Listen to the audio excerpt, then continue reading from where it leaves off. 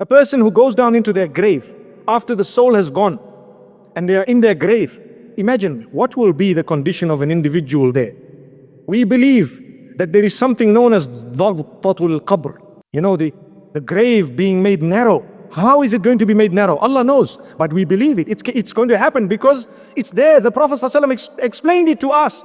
That tightening or the narrowing of that grave, what will happen? And how the person will be tested so much, and how they will be questioned in that grave. It's the truth. The angels will come and they will seat the individual. How it will happen, Allah knows best. But the questions are going to be asked by the angels. Who is your Rabb? Who is your Nabi? What is your deen? And so on. And it's no good for us to say, well, I know the answers every day in the morning. I used to say 20 times. That's not good enough. If you were following, you will be able to answer. And if you are not following, you won't be able to answer. So here is the mu'min, the one who was believing. He will answer just like that. And he will be given a good resting place. A little perhaps breeze of heaven will be released for that person because of the goodness that the person engaged in his or her life. And the other person, the evil person who engaged in bad and did not turn back to Allah subhanahu wa ta'ala, he will say, or she will say, you know what? Who is your Rabb? Who is your Nabi? What is your deen? And so on. Oh, yeah, I heard people saying something and I used to say something as well. That's what sometimes we're guilty of. Do you know how? We heard people reading the Quran. We just read it. That's all. We just said the same thing without even thinking, what's the meaning of it? What is it? What is this work?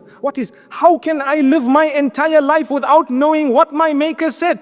What a fool. Allahu Akbar. I need to know it because when I die, that sheikh who told me it's haram to look at the meaning of the Quran, he's not going to be there with me to say, oh Allah, I was the one who told this chap here not to read the meaning. What do you think?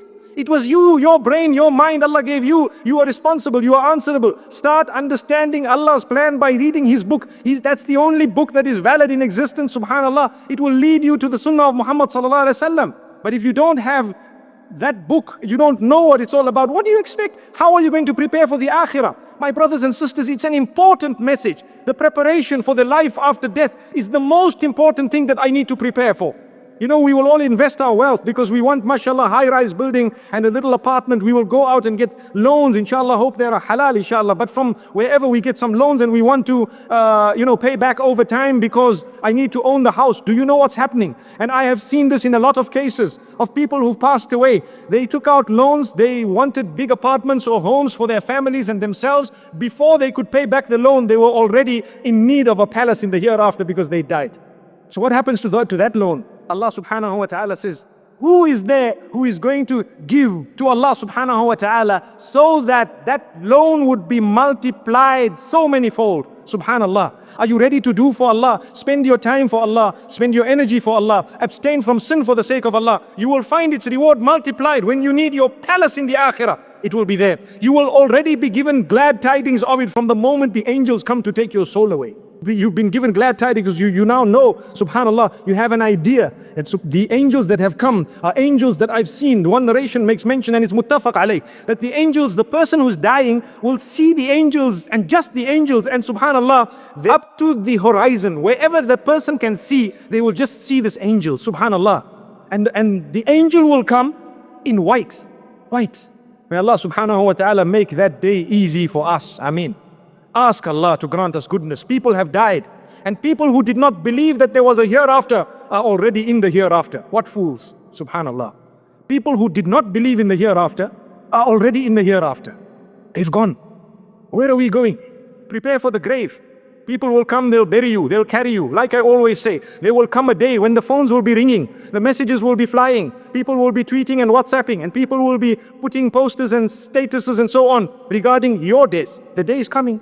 The day is definitely coming. People will phone. How many times have you received a phone call and a message? Someone you knew, close to you. They say, Inna lillah, the person's gone. Inna lillahi wa inna ilayhi raji'un. How? What happened? Sometimes we are shocked. Well, you know what? The bigger shock will be if you were just taken without preparation. That's a bigger shock. May Allah help us. Because when I go, I'm all alone. If you look at your children carefully, and your parents and your brothers carefully, they belong to Allah before they were even connected to you. But Allah used you to bring them into existence in order to fulfill the bigger plan that He has. That's what it is. But otherwise, Allah owns your child and you do not. Do you know that? Because you have to look after that gift of Allah as a test from Allah, in order to earn paradise through the gift of Allah, I have a child temporarily known as my child here in this world. Inshallah, if I use that temporary opportunity to prepare for heaven, I will be getting Jannah solely because of my sacrifice. Same applies with marriage. You are married to someone, it's temporary. But you can eternalize it in certain ways, if Allah wills. Subhanallah. For now, subhanallah, I need to use this gift of Allah that I have by treating her or him in such a way that I earn Jannah. I prepare for my afterlife. It's a sacrifice. It's not easy. And we tell people, and now we need to tell them more and more because materialism is taking over. And we tell people, you know what? Marriage is a big sacrifice, a huge sacrifice. Without sacrifice, you won't achieve anything. Subhanallah. May Allah subhanahu wa ta'ala help us to sacrifice in a way that He is pleased with us. So let's prepare for the day we are put down, when our families will return. And what is left? The hadith speaks of how when a person is, in the form of a janazah, in the form of a dead person being carried, who follows this person? Family, wealth, deeds following this person. They buried it, and some things go back, and some things stay. What goes back? The family goes back. Before you know it, your wife is married again. Subhanallah. Allahu Akbar. It reminds me, and I must pause for a moment on a lighter note. It reminds me of a person who was really upset in his marriage and so on, and they were not happy. And so something happened, and so, the relationship began to improve, and they were working on it and what have you. So the man asked his wife, if I die, will you marry again? That's a question. Imagine, people make their promises as much as they want, but you do not know the circumstances of your spouse. Say, for example, you died, and your spouse is struggling so much and they need some form of help. No one's coming to help them. They wouldn't be wrong to marry again. In fact, it's encouraged to marry again, subhanallah. But at the same time, listen to what the spouse says. The woman says, when the husband says, will you marry again? So she says, no. So what will you do? I'll just stay with my sister. Okay, wow, good answer. And a little while later she asks, what about you? Will you marry again? He says, no. So what will you do? I'll also just stay with your sister. May Allah subhanahu wa ta'ala grant us ease. May Allah subhanahu wa ta'ala bless us. May Allah subhanahu wa ta'ala forgive us. We're ready to make a plan for when our spouse is dying, but we haven't made a plan for when we die. Have you thought of what I'm saying? We make a plan, we already know if she dies, hey, I've got another 2-3 lined up, mashallah. And we don't know, brother, you're dying before her. Subhanallah. May Allah subhanahu wa ta'ala help us to prepare. May Allah help us to prepare, really. This is something that we need to think about. So I was saying, your deeds are the only things that remain with you. Otherwise your wealth goes back, your children are fighting over it, they've stopped talking to each other over it, they have broken the family into 20 pieces over your wealth. Ask those whom this has happened to, they will confirm, yes, it's correct. And what has happened? That wealth, had you not left it, perhaps your family might have been closer bonded than now that you had a lot of wealth. I know of people who've had nothing, and after the death, the family is so close, mashallah. And I know of people who've had so much that when the person passes away, someone is trying to rob this one and the other one is denying that one, and this one is claiming his share of inheritance and the other one comes and say that was mine and I worked with dad and I did this and it was me, and debates go on. Yes, there are exceptions to that. There are people who've died, mashallah, wealthy, and even their children, mashallah, have been happy thereafter. But the message here is what you've amassed in terms of wealth and what you have had in terms of relatives. You've had 20, 30, 50 children. Trust me, they will go back. Before you know it, they will forget you. Look, we are seated here. How many of you know your 7th forefather? I don't know why they call them forefathers. One day when I was young, I used to think the reason why they call them forefathers is you can only remember up to 4 of them. After that, you can't remember. That's a forefather. You remember your forefathers? You say, yes, all 4 of them. May Allah subhanahu wa ta'ala help us. But one wonders, it's a fact, you will not remember your forefather. How many of us know 7 generations back? But they were important people. You are from their lineage and you don't even know about them. Why? You are their family. But they went, they left you behind, gone. The wealth that they had, well, too late, subhanallah. You might have a piece of land somewhere in one of the rural areas of some place you come from. That was your ancestral land. Big deal, no one wants you there today. May Allah subhanahu wa ta'ala grant us goodness, really. So what happens is, the thing that comes with you, your deeds come in the form of people sometimes. The hadith has different descriptions. The deeds come in the form of a protection for you. That's your deed. That's your deed. What did you do? This man, this is his zakah. This is his salah. Beautiful salah. We don't want a quality that is useless. Subhanallah. There was a time when we used to think that the quality of items made in China is not good. But that's wrong. It depends how much you are ready to pay for an item.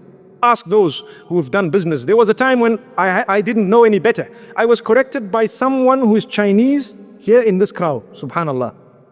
Corrected me. They sent me an email to say, hey, what you said was insulting. It was wrong. You cannot say Chinese products are bad. And they're not.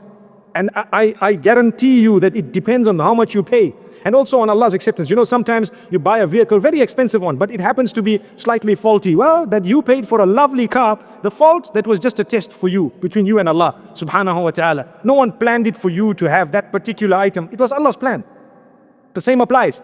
You see how much you're ready to pay. That's the type of goods you get. So if you want to buy a light, and the light is 1 dirham, then perhaps it will last for a day, 2 days, and then it will go, you know.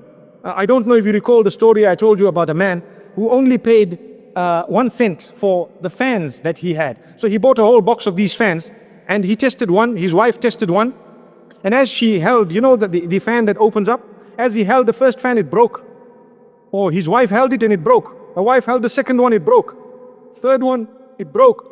So the wife calls him and says, hey, relax. You bought this thing here and these are breaking. They are defects, rejects. We have a wedding coming up. We wanted to distribute these things to all the guests. How did you do this? So he took the boxes and he went back. And he went back to the man on the side of the road selling these boxes. And he says, hey, these things are not working. He says, what do you mean they're not working? They're breaking. The man says, how much did you pay? He says, I paid a cent each. I bought the whole box, you know, so many boxes, 4 boxes. I paid a cent each.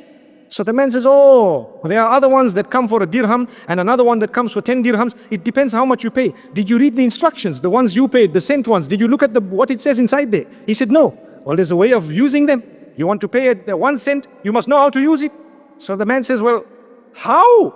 This is a fan. It's normal. The whole world knows you open the thing and mashallah, it gives you a nice design and then you use it, you know, with your hand. He says, no. Those are the ones for dirham. The one for 1 cent is a different way. So what's the way? He says, come, I show you. Okay, hold it in your hand. He holds it in his hand. He opens the thing and it's, you know, the fan comes out. Beautiful picture. He says, now put it in front of your face. He says, okay, put it in front. Now move your head. So the man says, what do you mean? He says, but that's if you want to pay nothing, you got to know how to use it. You want the ones that you move, you must pay a bit more. Do you know what? With our deeds, sometimes our deeds are not, the sincerity, the quality is not good enough. May Allah forgive us. So take a look at Surah Al-Mulk. Allah subhanahu wa ta'ala says, we read Surah Al-Mulk so often, people know it off by heart. Listen to that second verse. Allah says, it is He who has created death and life for a certain reason. What's the reason? In order to test who has better deeds from amongst you. He didn't say who has more deeds. Because what's the point of doing more deeds when the quality is like that 1 cent fan? What's the point? I'd rather do less deeds with a quality that when I need the fan and the cooling, I will be cooled, subhanallah. So this is why, remember, your farad is your farad. You cannot compromise that. Your obligation, you cannot compromise. But that which is excess and more than that, the quality is more important than the quantity. If you have read the Quran properly and thoroughly and covered it within a span of a month, and you did it correctly, beautifully, trying to understand its meaning and so on, it is far more valuable than whipping through it and telling people, I complete 1 Quran every 3rd day or every day and so on. If you want to read raka'at of salah and offer voluntary salah, it is far better for your preparation for the afterlife if you were to offer less with quality than offering more with quantity and no quality. If you can do both, alhamdulillah, quality and quantity, that is a success. But if you cannot do the quantity of it, remember, it's the quality that counts. These are the deeds. This is preparation for the afterlife. Because when we get to our graves, that salah that we did last minute, you know, it happens every day. Hey, it's Asr. What time is sunset? Okay, sunset is at 5:31, for example. So we say, okay, it's still 5 o'clock. I still got a bit of time. And we're still finishing a game, watching a movie, doing some, brother, stop everything. The time started at 3:35, whatever the time was. You need to put aside everything and read your salah. We always say, tell your work. Don't say, oh salah, I have work. Say, oh work, I have salah. Quit it. The women folk, sometimes they're cooking for you. Because sometimes we come roaring home like a lion. I'm hungry. Have you heard that? I'm hungry. What is there to eat? Hey, poor woman is reading Salatul Asr. And we're shouting. Relax, take it easy. Go and make yourself an egg, inshallah. That egg is more blessed than you screaming in this way while she's trying to earn her Jannah. My sister, don't compromise your salah for cooking. Don't compromise your salah for something else. No, stop everything. Your salah is your grave. You know why? Your life might stop at that moment. That salah will come and save you. You will get into the afterlife before you know. People say, but my children, they are this, they are that. Read the sunnah, ask the ulama, find out how to fulfill your salah. If your children are troubling you a little bit here and there, you fulfill your salah. Subhanallah, make sure that you've done it. There is no excuse. May Allah grant us ease. Now I'm just thinking, there might be some people thinking, okay, I'm intentionally going to make a nice long salah, without having cooked. And then I will say, didn't you hear the talk last night? Didn't you hear I was busy with my salah? Didn't you hear the talk last night? So remember to strike the balance. We are not saying don't abuse things in order to do something that you want to, or not to do something that you have to. Don't abuse things. May Allah subhanahu wa ta'ala help us. So the preparation is such that every one of us, common logic will tell us, I need to prepare. Common sense. But sometimes Allah says, nay, you love that which is in front of you now, that which is current. You love it. And you are forgetting that which is coming. And this happens to all of us. What's in front of us, we want it. And what is coming, we forget. Allah says, strike the balance. Use the current in order to prepare for that which is coming. May Allah make it easy for us.